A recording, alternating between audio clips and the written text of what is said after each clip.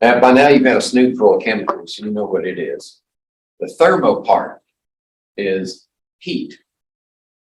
So we're trying to make sense of chemical reactions in terms of how much heat they generate or how much heat they absorb. That's also a possibility. So a little bit of review. If you've had any chemistry at all, grade school, high school, whatever, I always give you this definition for energy. The capacity to do work is where it stopped for me, and I didn't find out till later. It's not just that.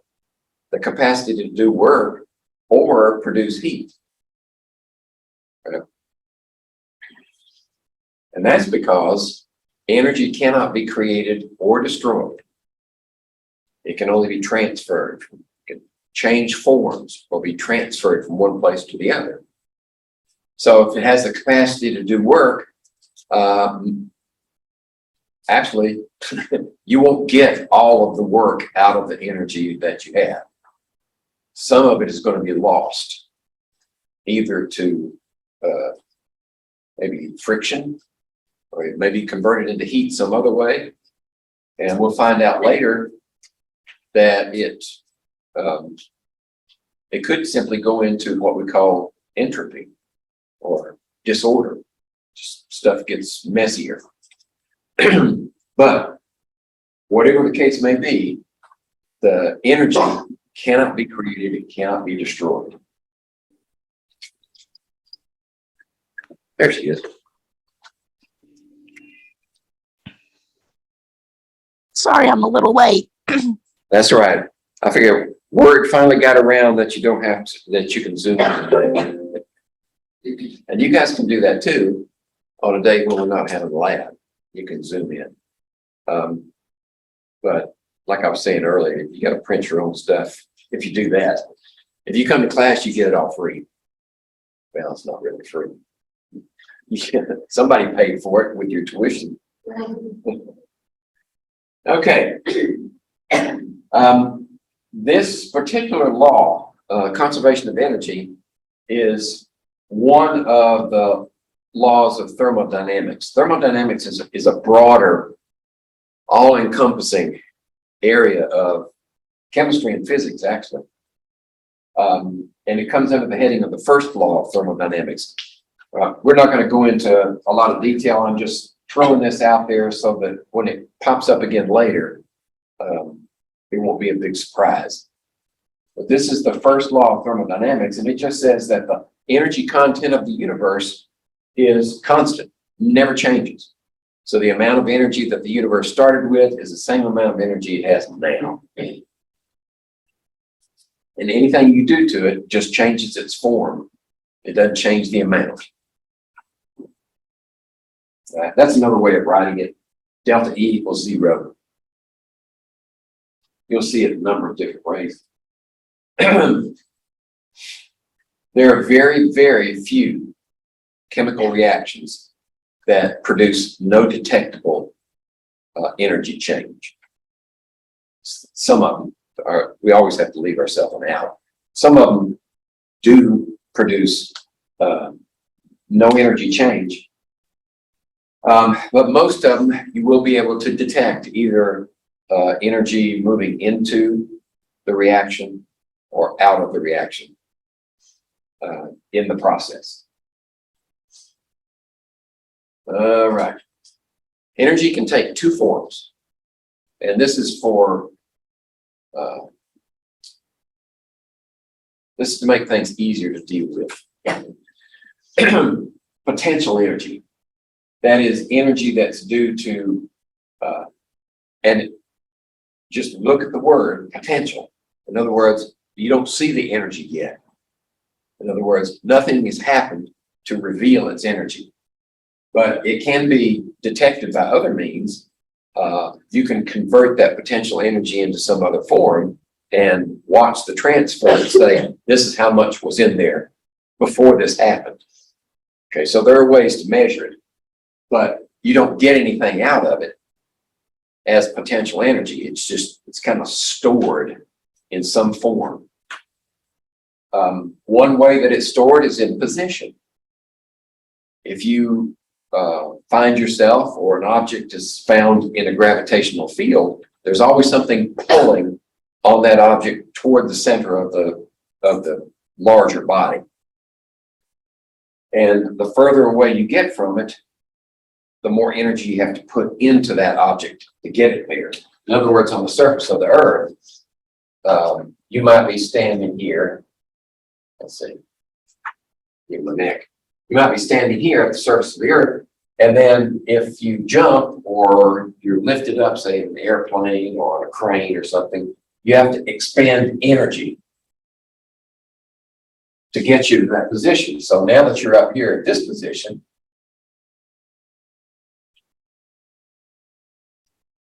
you've increased your energy. I guess I'm going to put the arrow on the way.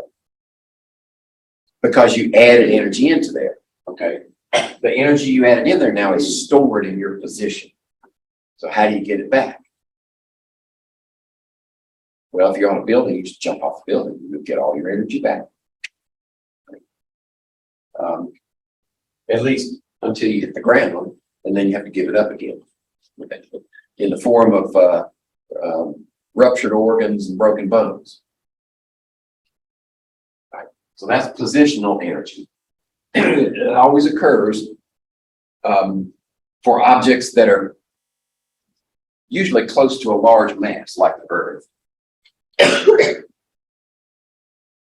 or any other heavenly body, and you add energy to move away from the body. That's why it takes energy to get a rocket into space. You're adding energy to that rocket as you, actually that's not a good example because it doesn't stay right here. The rocket's moving. That's another form of energy that we'll talk about in a second. Other types of potential energy can be due to the composition of the substance. In other words, you can have chemical energy, you can store that energy in bonds.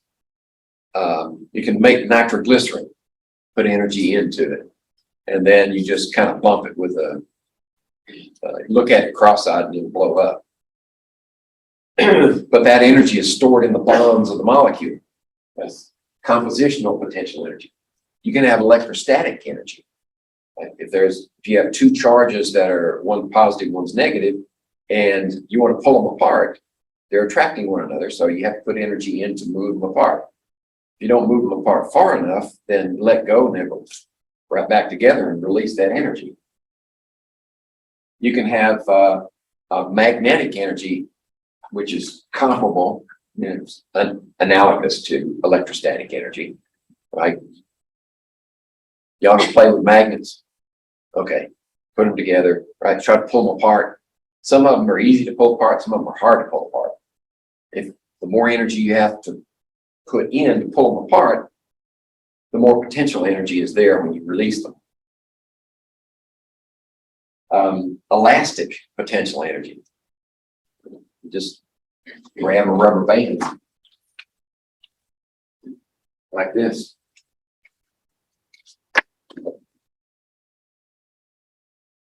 And you can do it like this, maybe like that.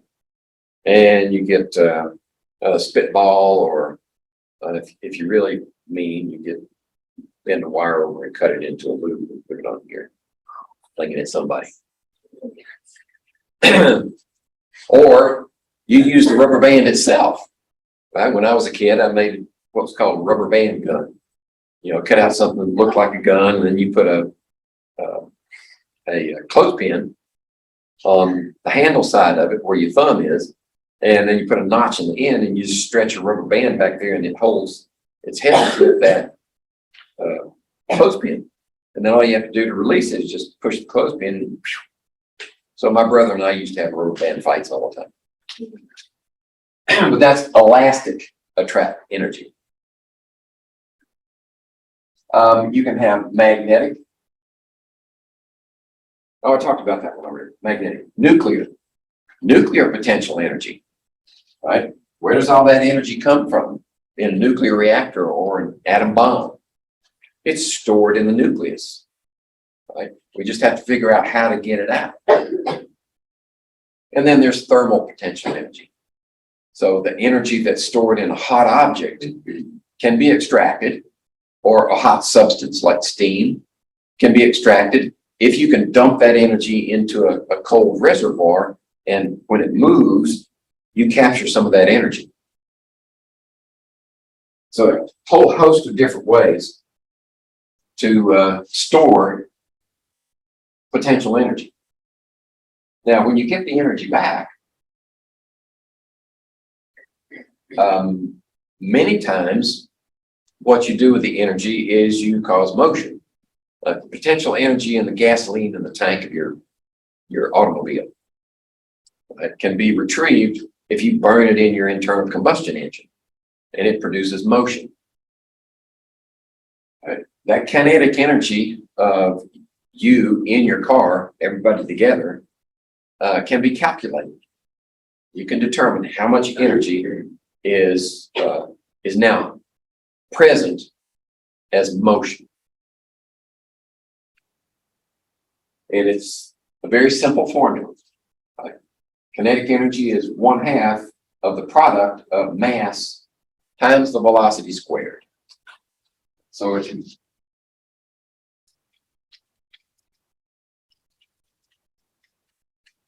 break that equation down with a better marker than that. Yep. And go to mustache.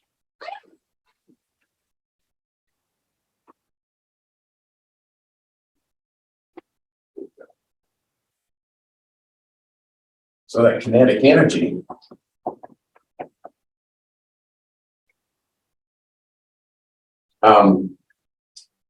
what that means is if you double your velocity, you're actually increasing your kinetic energy by 4 times. That's why they say it's 4 times as dangerous to travel to speed up to 60 miles an hour than it is to run at 30 miles an hour. Because between 30 and 60 is double your velocity, which 4 times as much energy. And if you're going to come to a stop, you've got to dissipate all of that energy. So it takes you longer if you're going to actually brake and not run into somebody or a brick wall. You have to dissipate all that energy in your brakes. And if you're doing 60, it takes 4 times as much. You have to dissipate 4 times as much energy, which could potentially take 4 times the distance, assuming your brakes are functioning properly. And of course, if you hit a brick wall, all that energy is released in a very short period of time. Okay, so that's kinetic energy of any object. It doesn't matter how big it is. Could be an atom, it could be a planet. But if you're going to calculate this value, you need to be mindful of the units.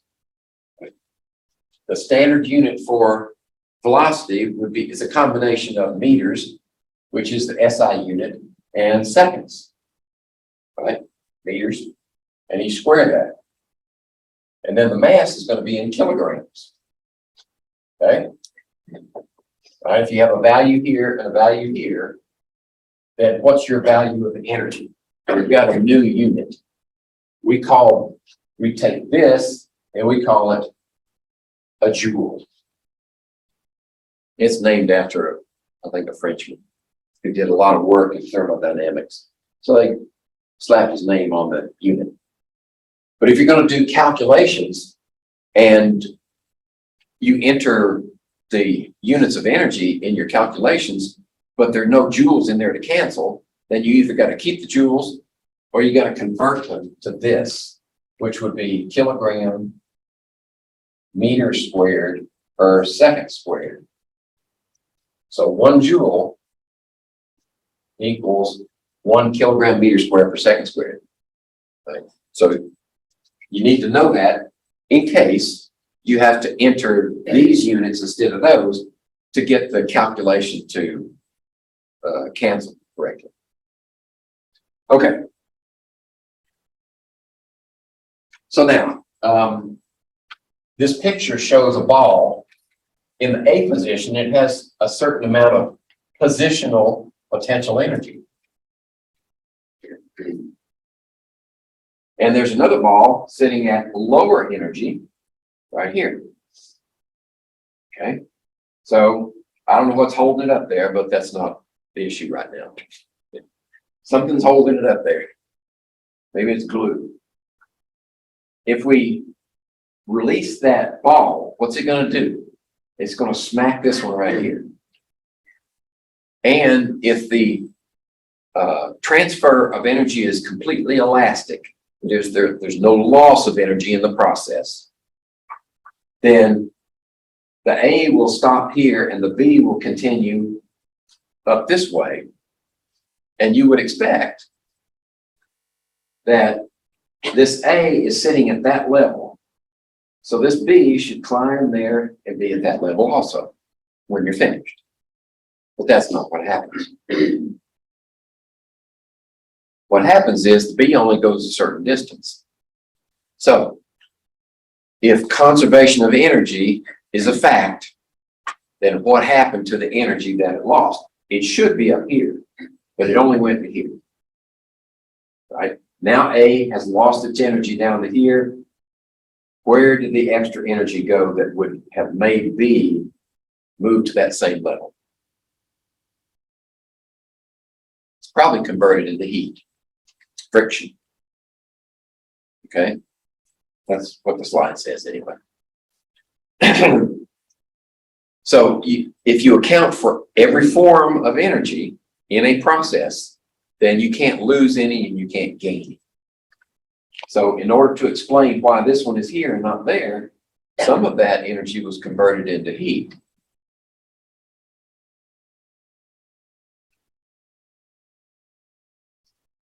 All right. Now let's pause for a second. We've talked about temperature up to this point. And temperature is an intensity factor. It's an expression of how much energy, actually kinetic energy, each one of the particles in your substance has. It's a measure. And it doesn't matter how much of the substance you have at this temperature, say 50 degrees. If it's this big, it'll be 50 degrees. If it's this big, it'll be 50 degrees. That's intensity factor. Heat is a capacity factor. The amount of heat in a substance depends on how much there is. So if a substance is at 50 degrees this big, it's got more heat than if it's 50 degrees at this size.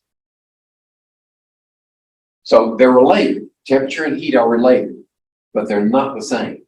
I already mentioned that. Temperature is a measure of that random motion of the molecules in the substance. And temperature is a way of expressing the average kinetic energy of all the molecules in the substance. So if the temperature goes up, you know that the molecules inside the substance are moving faster. They may only be vibrating if it's a solid, but if it's a liquid or if it's a gas especially, they're going to be moving right in a direction until they get something. Whereas heat measures a transfer of energy. So if you don't get two substances or two objects, and let's say we're going to put them right against each other like this. So if this one is at 50 degrees C and this one's at 20 degrees C, intuitively, you know which way the heat is going to move. It's going to go this way. If we had two objects that were both at 50 degrees, we would not be able to measure heat. These things have some energy in them, right? But you can't measure it because you can't see it move. Heat can only be detected if it moves.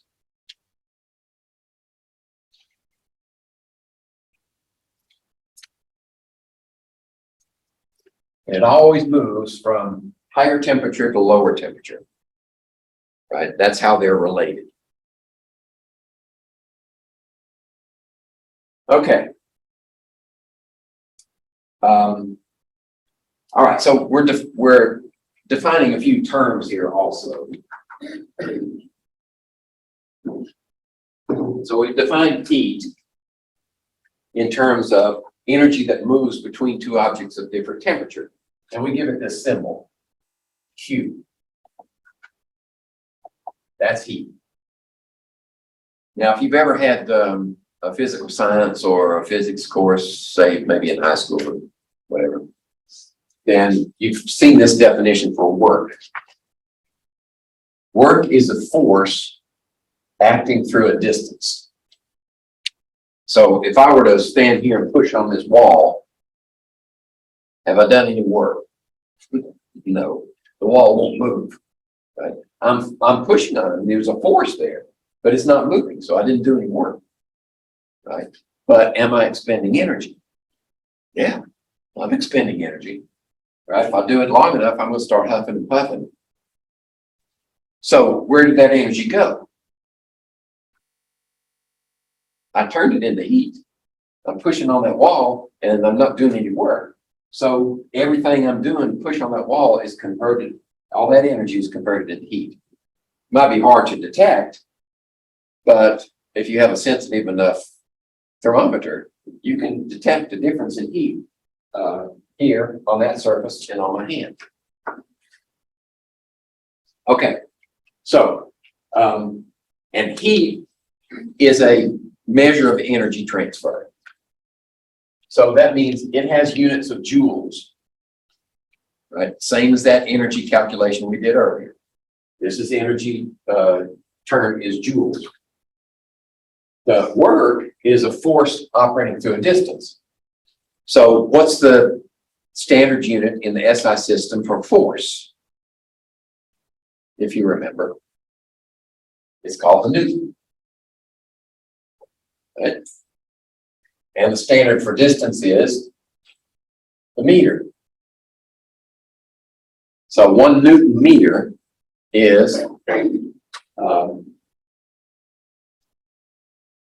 comparable to work. But work is also an expression of energy expended.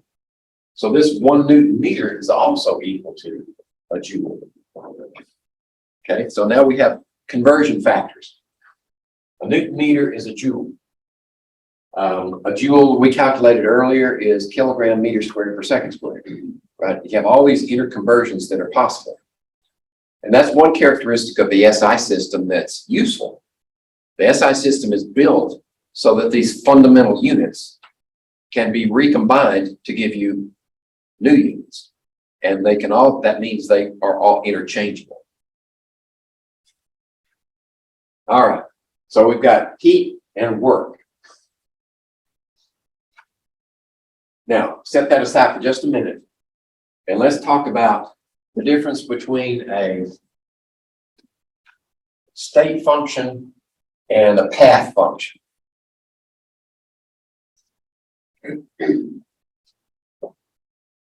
And this is a function in physical terms, in mathematical terms, right? Functions in math are like something equals something else, or you do something to something and you get a result. All right, so what's the difference between a state and a path? A state function is an expression of something, energy is an example, in which it doesn't matter how it got there. It's just in that state. We talked about gases, right? Okay. All right, so I talked about the two types of problem solutions, either before and after or state. That's where this idea came from. A state function doesn't matter how it got there, it just is. A path function is an expression of some quantity that does depend upon how you get from point A to point B. So this one, it doesn't matter say, before the turnpike to Charleston was completed, I imagine that's quite a while ago, you had to travel some pretty windy back roads, probably. And you may have had to go along the river to Montgomery and then up some of those windy roads to Oak Hill and then back over to Bethlehem. Well, that is a different path than it is today. Right? So work and heat, these two are path functions. The amount of work performed and the amount of heat transferred in any process, say from Charleston to Beckley, it's going to be different depending on how you got there. Okay, so if you take the shorter route, maybe it takes less work. But state function, the amount of energy that's involved in, say, your position. Say in Charleston, you're at like, what, 750 feet above sea level or something like that. When you get to Beckley, you're 2,500 feet, 2,400 feet. So the distance between 700 and 2,400 is a change in height. So you've added to your positional potential energy. And it doesn't matter how you got there. That change in energy is a state. You went from here to here, and whatever the path, you've changed your amount of potential energy by position. Okay, so energy is a state function. Work and heat are not. They are path functions.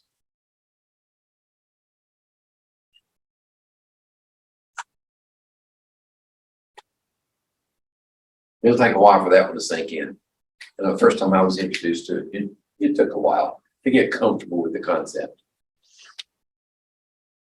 Okay, now we're going to talk about how do we get a handle on the path, heat transfer, and work done. We have to define our conditions, and we have to define what are we talking about. Are we talking about this little beaker full of stuff here, or are we talking about a rocket? That's called our system. We need to define what is the system. Actually, system is operationally defined. The system is anything you want it to be. Whatever works for solving a problem. So we would say, that's my system.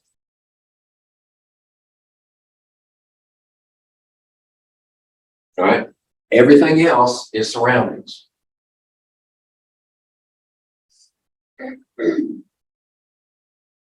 Okay. Out to the edge of the universe if you want it. So now we're going to look at it in terms of, first, if there's a temperature difference between these two, which way is the heat going to move? Right? If this is cooler and that's warmer, and we let it, then the heat will move into the system. But if the system is warmer than the surroundings, heat should move out. Oops. Oh, gee, it's Q. Now, notice I said if we let it. You can define the situation in terms of what can and cannot move between the two. Right? And I think I've got an animation here. There it is. System and surroundings. Okay. First of all, sometimes it's very convenient to limit the extent of your surroundings. Right? So we can do like this and say, okay, our surroundings are only that. We don't care about the rest of the universe. If you do that, then this has to be a boundary that cannot be penetrated in either direction by either heat or matter.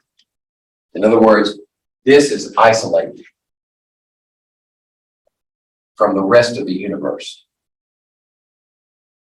If you do that, if you set this boundary, then you have to isolate it.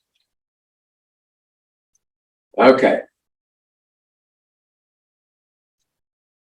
If we allow, now on the inside here, if we allow both energy and matter to transfer between the two, we say that system is open.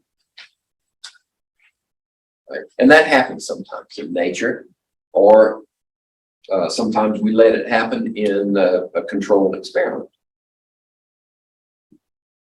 If we say only energy can be transferred, like heat here, then, and we don't let matter cross the boundary, then we say it's a closed system. And then you'll probably guess what the third one is.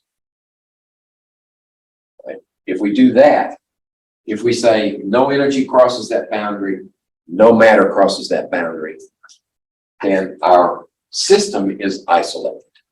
And we rarely want that to happen, because we generally define these in terms that allow us to assess the transfer of energy. All right. So when we have a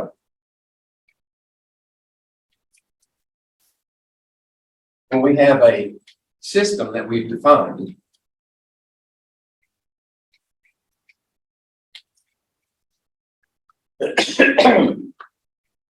as say, it's our chemical reaction, right? And our chemical reaction, in the process of reacting, absorbs heat from the surroundings. We say that's an endothermic process. Thermic, of course, refers to heat. Endo refers to into. That's a prefix, a Greek prefix that means into. So if we have our system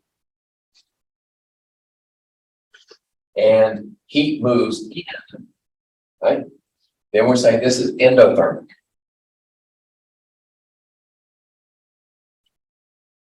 And we give it a sign, right? If we're going to quantify this and say so many joules moves into the system, well, what do we do if so many joules moves out of the system? We need a sign convention. Everything is referenced in terms of the system. So if you're the system and heat's coming in, you're gaining energy, right? You're gaining heat. So in that case, the sign on Q will be positive because it's being added to the system. And of course, the flip side of that is if it goes the other direction, we call that exothermic. Heat is moving out of the system, and if the system is losing heat, it gets a negative sign. Okay.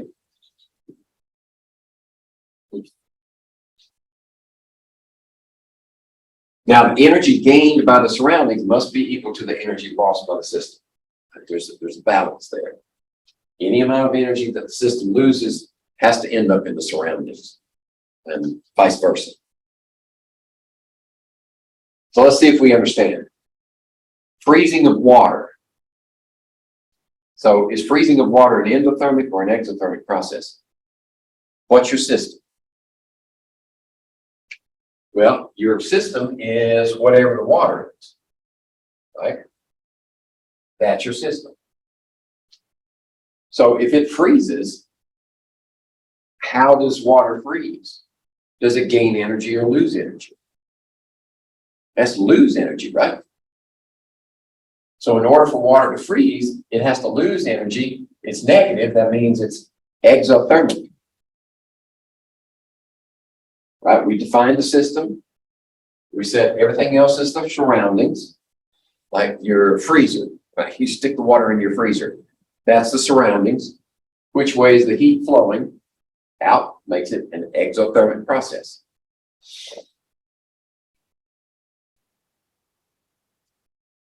Okay, that was a simple example. Now let's look at these and see if we can keep from becoming confused.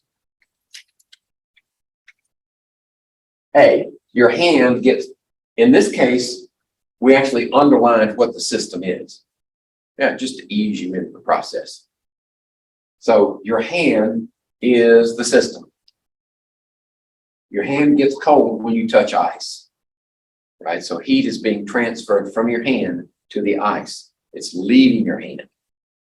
So that's exothermic, right? Okay. So I'll let you do this one. The ice gets warmer when you touch it. In this case, we're calling the ice that you just touched. Now the ice is the system. It gets warmer. So is that an exo or an endothermic process? Endo, yeah, right. It's not a trick question. How about water boils in a kettle being heated on a stove? Water is the system. And how does it boil? You have to add energy to it. So energy is going in. It's endothermic. Water vapor condenses on a cold pipe. So the water vapor loses energy in order to go from a gas to a liquid. So it loses energy to the pipe, which is our surroundings. It's exothermic. And ice cream melts. The ice cream you're holding, trying to eat it fast, but it's still going to melt. So where's the heat coming from? Well, there's air, surroundings. It's going into the ice cream to turn it from frozen custard to unusable liquid. It's endothermic. Okay? Okay. How about this one? How would you define the system for this? Methane is burning in a Bunsen burner in the laboratory. What would be the system? When you've got a chemical reaction like that, the best way to approach it is to define the system as the reactants and products together. Okay? So in a Bunsen burner, you don't care about the burner. The burner is just a mechanism for delivering reactants together. So you have this methane gas is reacting with oxygen gas in the atmosphere and giving you water and carbon dioxide. Right? So there's your system. Okay? Before, during, and after the reaction. Right? You've seen a Bunsen burner properly adjusted. And it's got this cone shape, right? Inner and outer cone. And the tip of the inner cone is the hottest part. So that's where you're getting real intense activity right there, going from that to that. And sometimes we put a delta over the arrow to show that there's heat either being generated or absorbed. And then you can put a sign on it to say which way it's going. Right? So which way is the heat going? It's out to the surrounding molecules in the room. Right? So it's exothermic, which means this would be negative.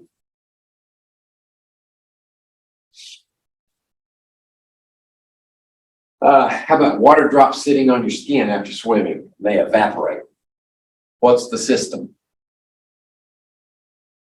Well, what's undergoing a change? Well, water droplets are converting from liquid to gas, which means you got to add energy to them. That would be an endothermic process. If you define the system in terms of the water drops, it's endothermic. If you choose to define the system in terms of your skin, then it's exothermic because the heat has to leave your skin to make the water evaporate. So you could answer this two different ways, but I would tend to call that the system. And if you do call that the system, it's an endothermic process. Okay.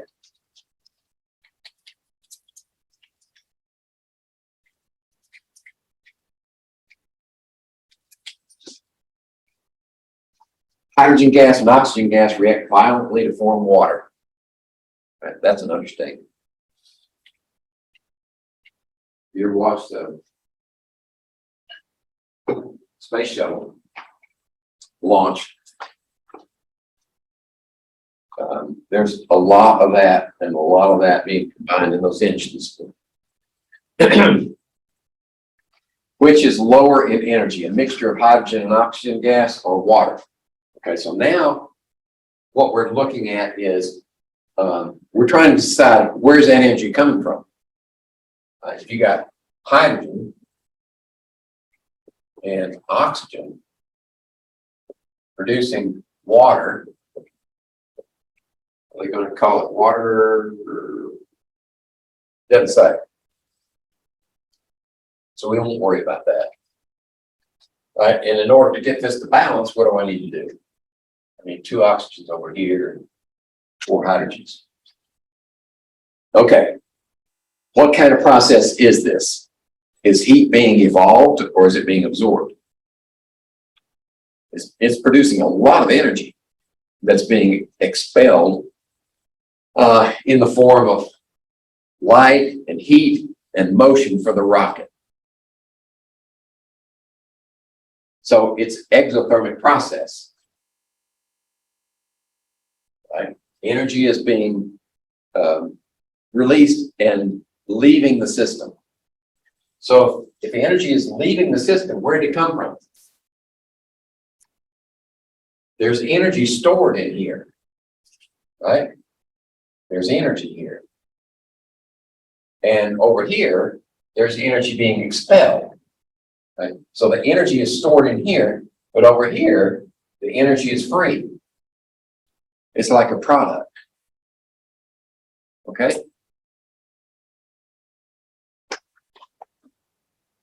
Which is lower in energy. This side or that side. That is lower in energy. So the product side is lower in energy for an exothermic process.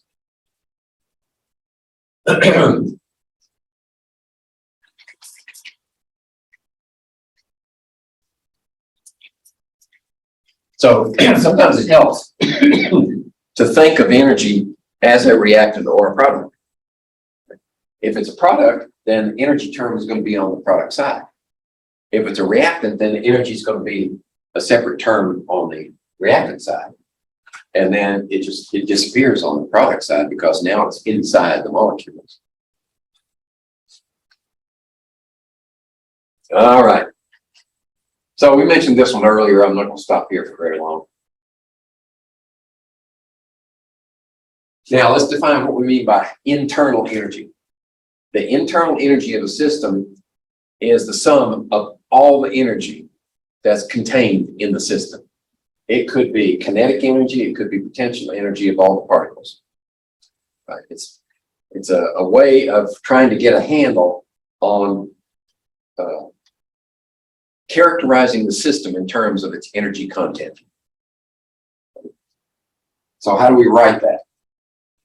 Well, as it turns out, we can define internal energy only in terms of change. Something has to change. That's what that delta means. Something has to change in order to detect internal energy. But we can also say it's equal to heat transfer plus any work that's done. So internal energy is Q plus W. And same 2 terms as here, go here. That means they both have to be joules, right? In order to equal energy, joules equal to joules plus joules. We only add apples together. We don't stick oranges in there at the same time. So we measure the heat based on transfer between the system and surroundings. And we measure work based on movement, right? Something has to move with a force behind it. And we're going to start with gases. If we have a piston here inside a cylinder, and there's a force, let's say we apply a force to that piston and it squeezes the gas, right? We've applied a force through a distance. That is measurement of work, right? But What kind of sign do we apply to it? What is the system? The system is in here. It's that trapped gas. That's our system. So when we compress the system, the gas, what is the system thinking about it, right? The system is our reference. Is something being added to the system or subtracted from the system? As you compress that gas, you're adding energy to it, right? So if we compress the gas, then the work on that one has, in terms of the system, is positive. If we allow the gas to expand and push against its environment, then the work is being done by the system on the surroundings. And then the term is negative. Okay?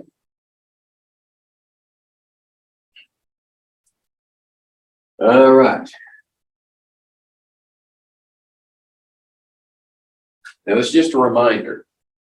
Thermodynamic quantities consist of three parts. And this is true for almost everything. You have a number that gives you the magnitude of the change. You have units of measure. And the units we've chosen so far are joules, measurement of energy. But they could be different units. And then you have a sign that tells you the direction of the flow. Those three. So when you're talking about thermochemistry, always look for those three. If you don't see a negative, assume it's positive. Or if the sentence or the phrase does not indicate which way it's moving, then you assume the number is positive. But if the phrase says energy is 25 joules is lost from the system to the surroundings, that will be a negative value. Right? So if you do calculations with that value, you need to put a negative sign in front of it. All right. I've already mentioned the sign convention, so I'm not going to spend a lot of time here. This slide will be recorded and available for review.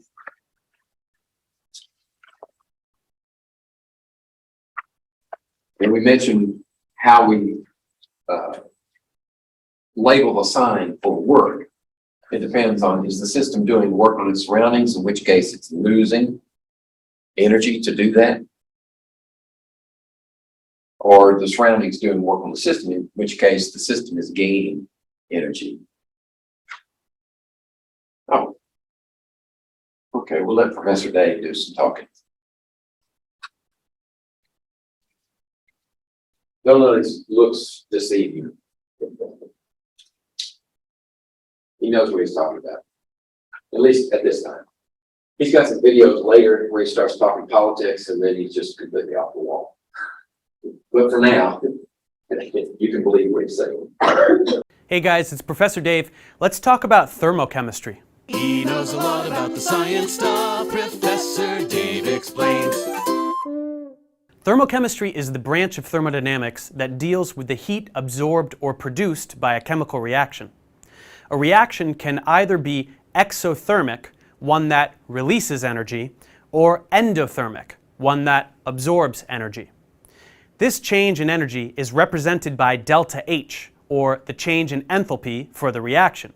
For our purposes, we can think of the change in enthalpy as being the change in energy for the reaction, or the energy stored in all the bonds of the products minus the energy stored in all the bonds of the reactants.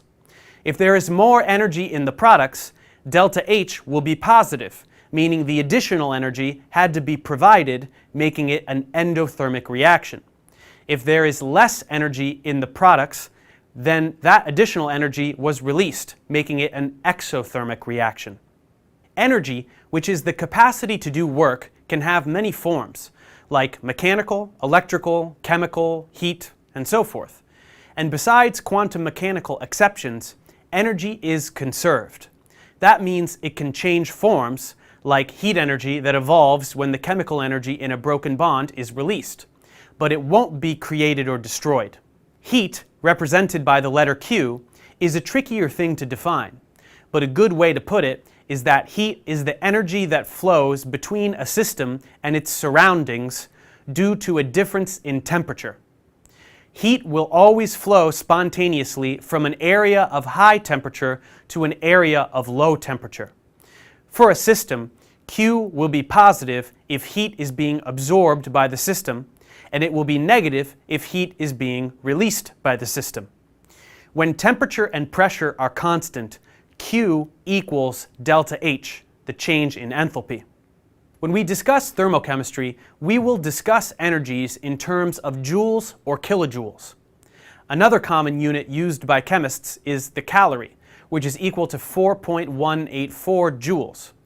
1 calorie is the amount of energy needed to raise the temperature of 1 gram of water by 1 degree Celsius.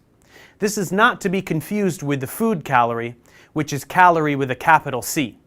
This is actually equal to a kilocalorie, or 1,000 calories, also abbreviated as kcal. A thermochemical equation reports the change in enthalpy for a given reaction in stoichiometric terms.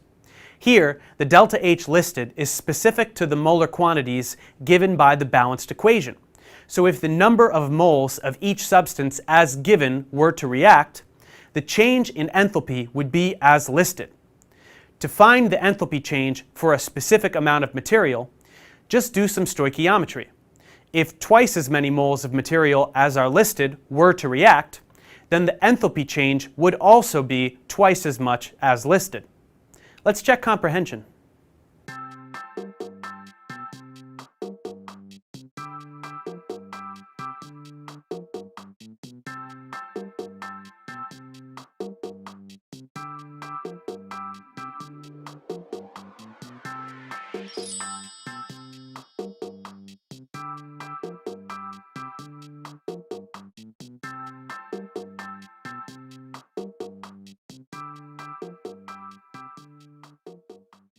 Thanks for watching, guys. Subscribe to my channel for more tutorials, and as always, feel free to email me, ProfessorDaveExplains@gmail.com.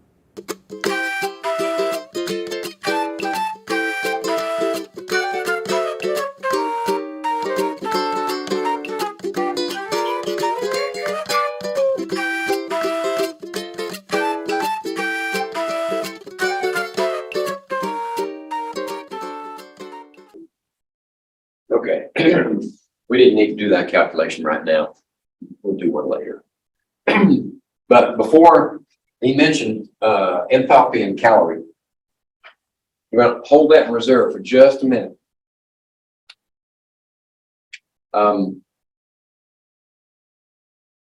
What I'm going to do now is try to explain the relationship between work, force times distance, and the joule.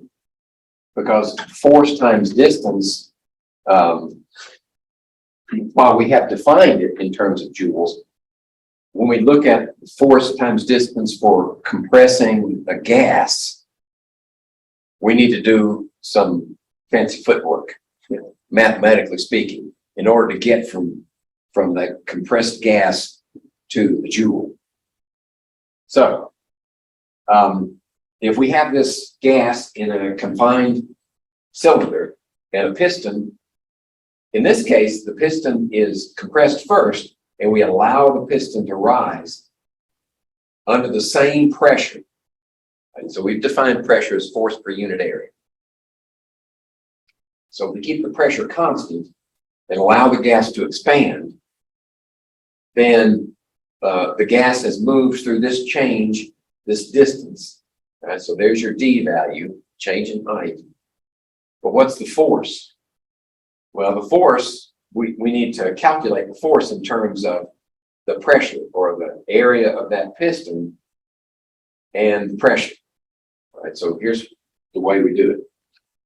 If work is force times distance and pressure equals force per unit area, then force is equal to pressure times area. We just did some rearranging of terms. Now we can substitute pressure times area in the force. this would go up here. The distance, the change in volume is based upon the distance moved, or delta H actually, times area. So the distance then is delta V divided by A. So we put delta V divided by A in that term. And this is what it looks like. So there's the first term, the force ferment term, there's the distance term, and work as measured by this system is pressure times change in volume. But notice we've used pressure in terms of atmospheres, right? And change in volume is liters. So atmosphere liters or liter atmospheres would be an expression of work. But we can't use it in this formula.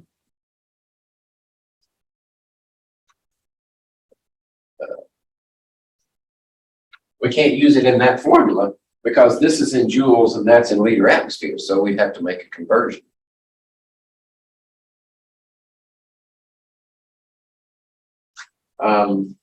There's also a problem with the sign. Notice, let me go back. Notice that the change in volume is positive. And of course, the pressure is constant. So what we're saying is this term now is a positive value. But what has happened? The system has lost energy, right? And that should be a negative value. So what we have to do is we have to change the sign. So for an expanding gas, we're saying that work is equal to negative pressure times the change in volume. That's in order to compensate for the actual value here that gives us a positive value, but this one needs to be negative. So if you're going to use this formula, don't forget that negative sign.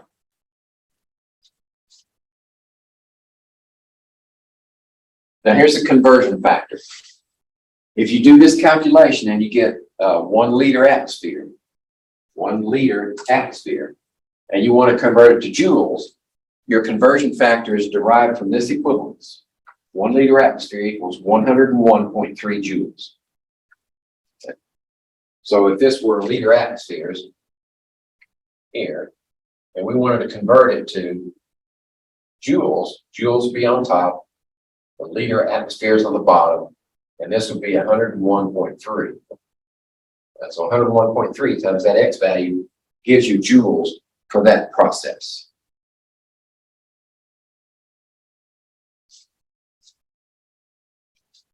All right.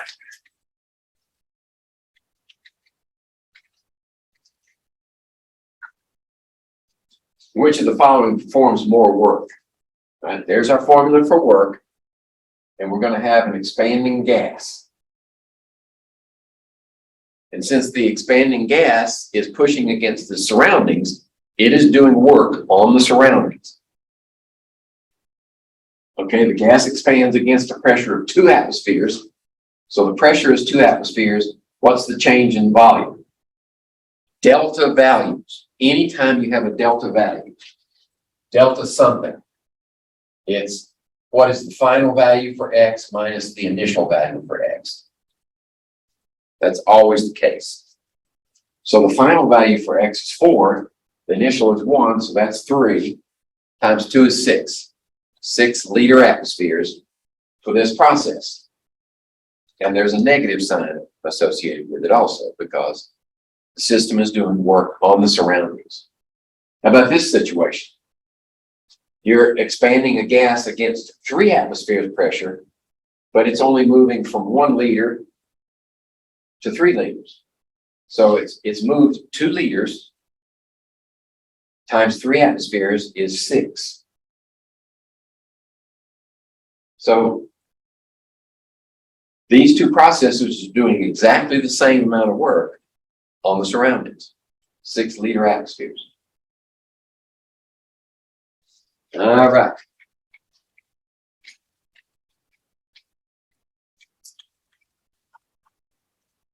And let me see where I am with our tolerance.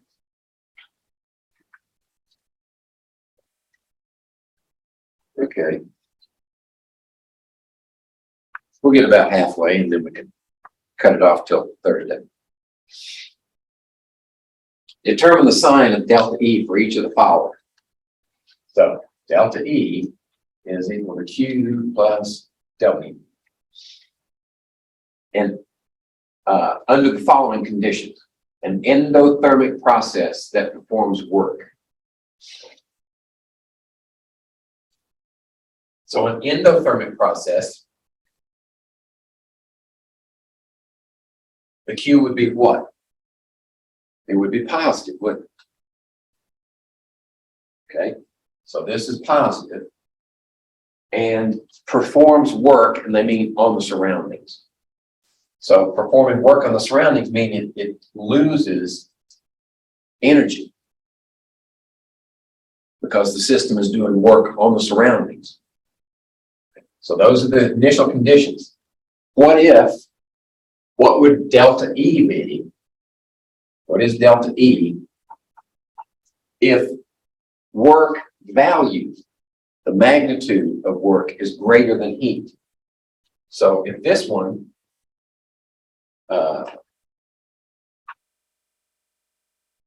and notice these bars right here. What does that mean? Remember? Absolute value. So the magnitude of the value of work here is greater than the heat, right? So it's like that. So this one is greater than that one. So what does that make this one? Well, if this one's greater, but it's negative, then this should be a negative value, right?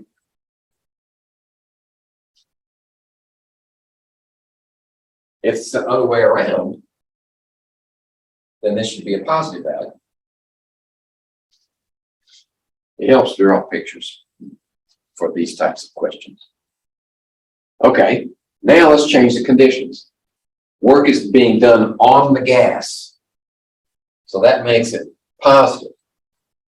And the process is exothermic. So now we're negative. Okay. Under these circumstances, if the absolute value of work is greater than Q, then delta E must be positive. And if it goes the other way, if the absolute value of Q, heat, is greater than work, then the value must be negative. Okay? I know it probably feels like you're beating your head against the wall, but practice, practice. All right, now before we leave this, let's get a handle on enthalpy, because Professor Dave, no relation, mentioned enthalpy.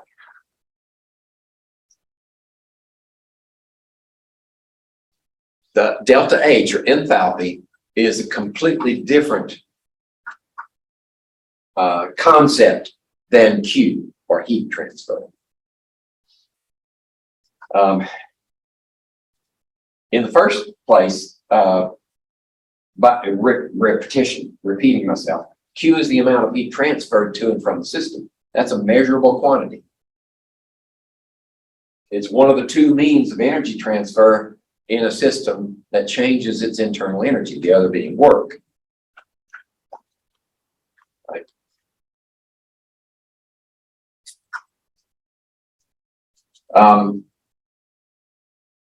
Oh, we've already done that. There's the expression for internal energy. Enthalpy, on the other hand, is, think of it in terms of potential energy. In other words, it's there, but you don't see it yet until you can measure the heat transfer. So they're sort of related, enthalpy and heat. But enthalpy is, enthalpy is a path function, and delta E is a state function. So the potential energy that you can get from a system doesn't matter how you go from one step to the other. Whereas Q transfer does matter how you get there.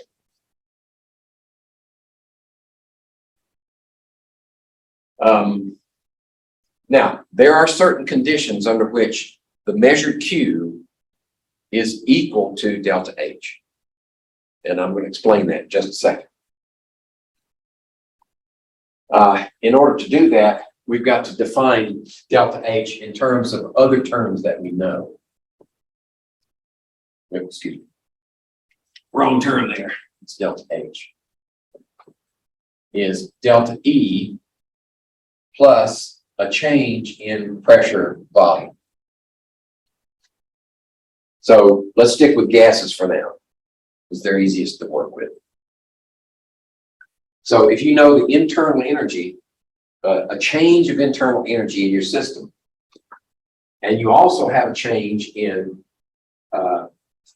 pressure, volume, or both, then you can calculate the enthalpy. It's very difficult to get a handle on both of these at the same time. So what chemists usually do is they let the volume change, but they keep the pressure constant. So that term then becomes P delta V. Right, we're going to get there also in just a second.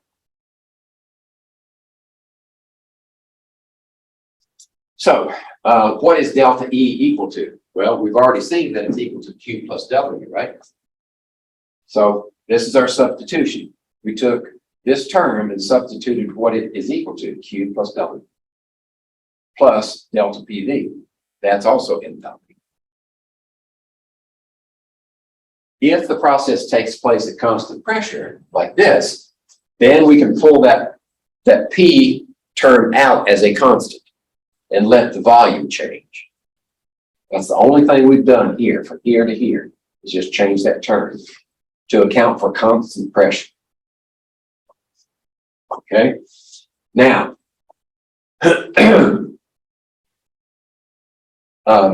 work we've learned is also pressure times volume. Pressure times a change in volume with a negative sign. Okay. We learned that in the previous two slides. So if we substitute this in for here, then we get Q minus P delta V plus P delta V. And the P delta V's cancel one another. So under those conditions of constant pressure, this says that if you measure Q, you are also measuring enthalpy.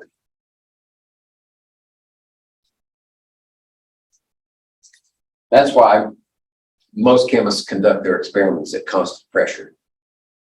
That allows them to measure the Q, the transfer of heat, and that determines enthalpy.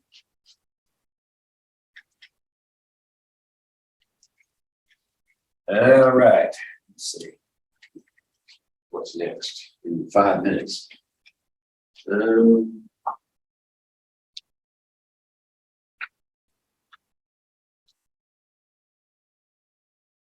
We'll talk about one more thing. We're still on enthalpy. I flashed that one pretty quick. The moral of this story is it's easy to get delta H and Q mixed up.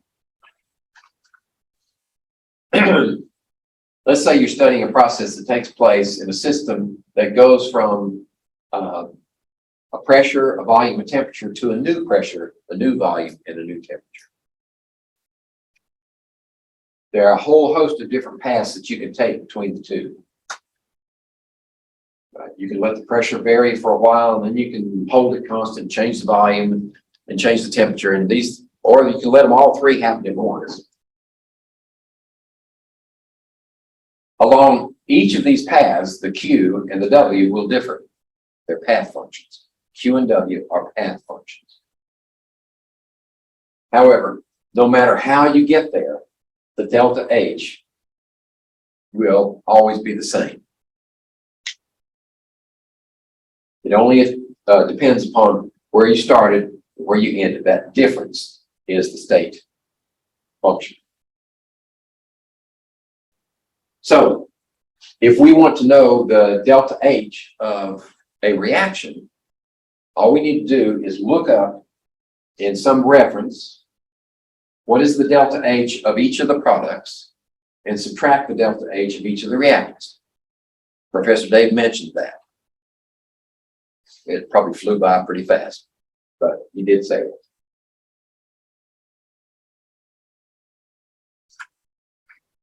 Now, we can still calculate this, even if the pressure varies.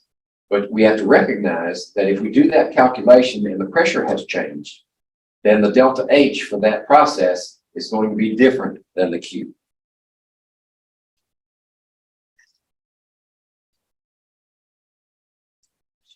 All right, that's just reminders. And here we have an example in 2 minutes. We're going to combust propane, C3H8, and burn it. And the delta H says, excuse me, the delta H says that it's negative 221 kilojoules per mole of propane. Notice first that delta H follows the same convention as the Q. In other words, negative value means energy being lost by the system. So it's an exothermic process. Okay, that's the first thing to note. The second is how it's written. If it says so many kilojoules, in this case, it's specific per mole of propane. And that's fine because there's only 1 mole of propane in this reaction. Right? So that's for the whole reaction because 1 mole of propane is being combusted. But if you have a reaction which you balance and you get a 2 or 3 or 4 out here, and you get all different values in here, and all they give you is the kilojoules out here, and they don't say, then it is different for each of the reactants or products. Right? In minus 221 kilojoules for every 5 moles of oxygen, or this many kilojoules for every 3 carbon dioxide, or that many kilojoules for every 4 waters. So when you're doing your calculations, it's important to recognize what are the terms. Right? In this case, 1 mole of propane is appropriate. But if you don't need that part of it, you need oxygen, then you stick 5 moles of oxygen in there. And that would be your energy term. Okay. Let's pick it up here. This would be a good place. I'll back up a little bit and take off with this one. Let me mark that in my notes, so I'll come back to the same spot. Here it is. So that'll be 6th, October 6th. That's where we'll pick that up. Let me check one other thing before midterm grades are due on the 17th. Okay, so you'll have 1 more exam grade before the midterms are due. And you'll have 1 more lab grade because we'll have a lab on the 11th. And that's when you'll turn in your Boyle's Law report. So you have 1 more lab report and 1 more exam before the midterms. Okay, any questions, comments, complaints? Okay. I'll see you Thursday.